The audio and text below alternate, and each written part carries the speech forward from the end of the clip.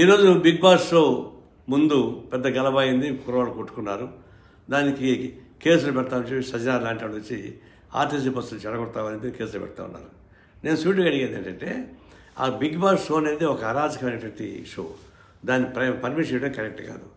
దానిలో ఏదైనా ప్రైజ్ వచ్చిందని చెప్పేసి ఆ ప్రైజ్ వస్తే వాళ్ళు కొట్లాడుకున్నారని, దాన్ని బస్సులు పగలు కొట్టారని చెప్పేసి ఈ సజ్జన కేసు పెడుతున్నారు. నేను సూటిగా అడుగుతున్నా, మీరు సైబర్ కమిషనర్గా ఉన్నప్పుడు నేనే వచ్చి ఈ బిగ్ బాస్ అనేది ఒక క్రైమ్, ఇది దాని మీద యాక్షన్ తీసుకోవడానికి పెడితే 3 రోజులు పెట్టుకొని నేను చేయలేను, మీరు కోర్టుకు పోండి అన్నారు. నేను కింది కోర్టుకు పోతే కింది కోర్టులు కొట్టేసి పై కోర్టుకు పోమన్నారు. పై కోర్టుకు పోతే జిల్లా కోర్టు, రాష్ట్ర కోర్టుకు పోమన్నారు.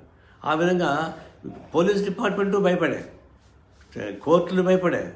బిగ్ బాస్ అంత ఆదర్శమైనది, అది అసాంఘికమైన కార్యక్రమం జరుగుతుంది. దానిలో నీచాత్యమైన కార్యక్రమాలు జరుగుతున్నాయి. కేవలం డబ్బుల కోసం కక్కుర్తి పెట్టి నాగార్జున లాంటి వాళ్ళు దానికి హ్యాంకర్గా ఉంటున్నారు. బీజేపీ ఒకవైపున మేము హిందూ ధర్మశాస్త్రం అని చెప్పేసి మరి మన భారతీయ సంస్కృతి అంటున్నారు. ఇది భారత సంస్కృతిలో భాగమైంది. పాశ్చాత్య దేశాల నుండి తీసుకొని మనకి పెట్టి ఈడ ఒక 100 మందిని తీసుకెళ్ళి ఒక ఇంట్లో పడేసి అది వ్యవసాయ పంపకం తయారు చేసి దానిలో వచ్చిన గొడవలు చూసుకొని చేస్తున్నారు. ఇప్పుడు ఏంటంటే ఒక రైతు పంటను తీసుకొచ్చారు, అది ఒక 40 లక్షల రూపాయలు ప్రైజ్ ఇచ్చారు.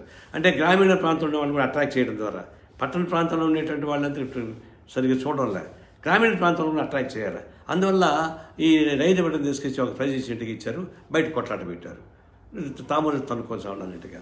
ఇది దీనికి అంత కారణం బిగ్ బాస్ షో చేసేటువంటి నాటకం.